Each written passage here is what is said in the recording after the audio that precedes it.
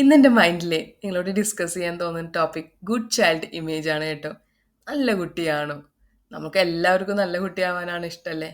അച്ഛനമ്മമാരുടെ മുമ്പിൽ, ടീച്ചർമാരുടെ മുമ്പിൽ, കൊലീഗ്സിൻ്റെ മുമ്പിൽ, അല്ലെങ്കിൽ ഏത് തരം റിലേഷൻഷിപ്പിലായാലും ഒരു പെർഫെക്റ്റ് പേഴ്സൺ ആവാനാണ് എല്ലാവർക്കും ഇഷ്ടം.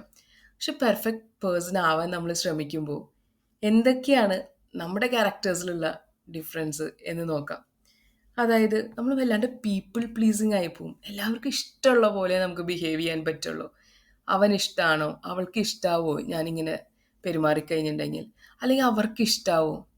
എന്ന് ചിന്തിച്ച് ചിന്തിച്ച് നമ്മൾ ഒരു തീരുമാനം എടുക്കാൻ തന്നെ നമുക്ക് ബുദ്ധിമുട്ടായി പോവും. അപ്പം വല്ലാണ്ട് നല്ല കുട്ടിയാവാൻ ശ്രമിച്ചിട്ടുണ്ടെങ്കിൽ അവർ മോസ്റ്റ്ലി പീപ്പിൾ പ്ലീസിങ് ബിഹേവിയർ ഉള്ള ആളായിരിക്കും. അല്ലെങ്കിൽ അവർക്ക് ഡിസിഷൻസ് എടുക്കാനായിട്ടുള്ളൊരു ഡിഫിക്കൽട്ടി ഉണ്ടായിരിക്കും.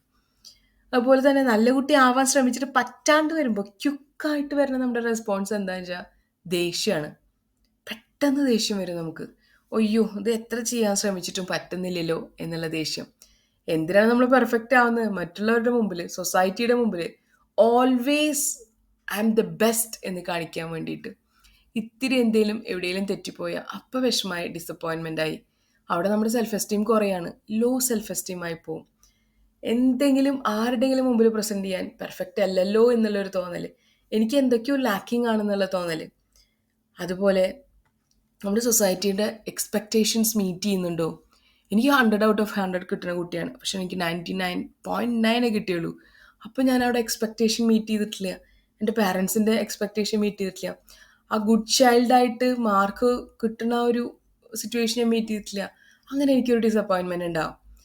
ഇനി നമ്മുടെ അമ്മമാരുടെ ഇടയിൽ തന്നെ ഒരു കാര്യമുണ്ട്. എല്ലാവർക്കും ഇഷ്ടമുള്ള ഭക്ഷണം ഉണ്ടാക്കാൻ നോക്കും. ഒരു വീട്ടിൽ 4, 5, 6 ആളുണ്ടെങ്കിൽ ഓരോരുത്തർക്കും ഇഷ്ടമുള്ള ഭക്ഷണം ഉണ്ടാക്കാൻ അവർ ശ്രമിക്കും.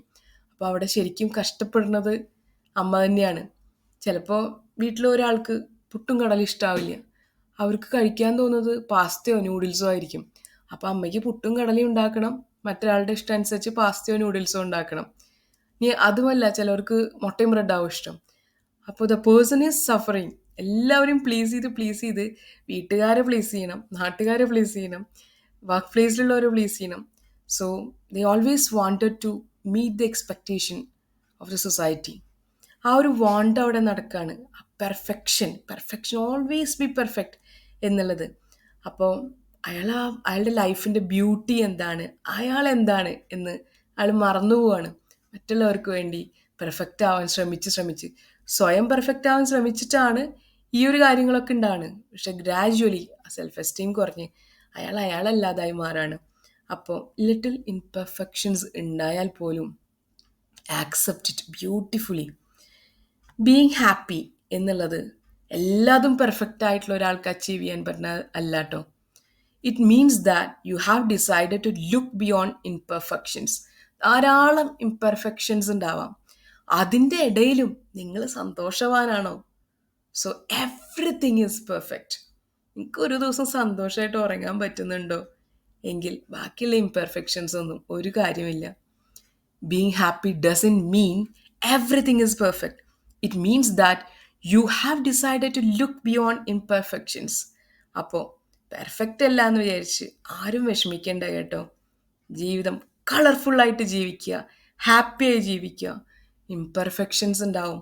നമ്മൾ ആരുടെ മുമ്പിലും വെരി ഗുഡ് ചൈൽഡ് ആവണമെന്നില്ല. നമ്മളുടെ പാരൻസിനോ നമ്മുടെ സിബ്ലിങ്സിനോ എല്ലാവർക്കും നമ്മളുടെ ക്യാരക്ടർ ഉണ്ടാവണമെന്നില്ല. നിങ്ങളുടെ പാർട്ട്ണർക്കും നിങ്ങളുടെ ദേഷ്യമോ വിഷമങ്ങളോ സങ്കടങ്ങളോ മനസ്സിലാവണമെന്നില്ല. എല്ലാവരുടെ മുമ്പിലും ഗുഡ് ചൈൽഡായി വിഷമിച്ച് അയ്യോ എനിക്ക് ആവാൻ പറ്റുന്നില്ലല്ലോ, എല്ലാവരെയും പ്ലീസ് ചെയ്തിട്ട് അവരുടെ എക്സ്പെക്റ്റേഷൻസ് എനിക്ക് മീറ്റ് ചെയ്യാൻ പറ്റുന്നില്ലല്ലോ എന്നാലോചിച്ച് ഒന്നും വിഷമിക്കേണ്ട. കാരണം you are perfect and you are good enough എന്നുള്ളത് മൈൻഡിൽ എപ്പോഴും ചിന്തിക്കുക. നമ്മളിൽ തന്നെ സന്തോഷം കണ്ടെത്തുകയാണെങ്കിൽ എന്തിനാണ് മറ്റുള്ളവരുടെ പെർഫെക്റ്റ് ഇമേജിന് വേണ്ടി വെയിറ്റ് ചെയ്യണത്? അപ്പോൾ പെർഫെക്ഷൻ എന്നുള്ളതിൽ പെട്ടുപോയി വിഷമിക്കുന്ന ആർക്കെങ്കിലും എൻ്റെ വീഡിയോ കേട്ടിട്ട്, എൻ്റെ ഓഡിയോ കേട്ടിട്ട് ഒരു സന്തോഷം കിട്ടിയെങ്കിൽ ഒരുപാട് സന്തോഷം എനിക്ക്. Thank you for listening to me. Thank you so much Jitha.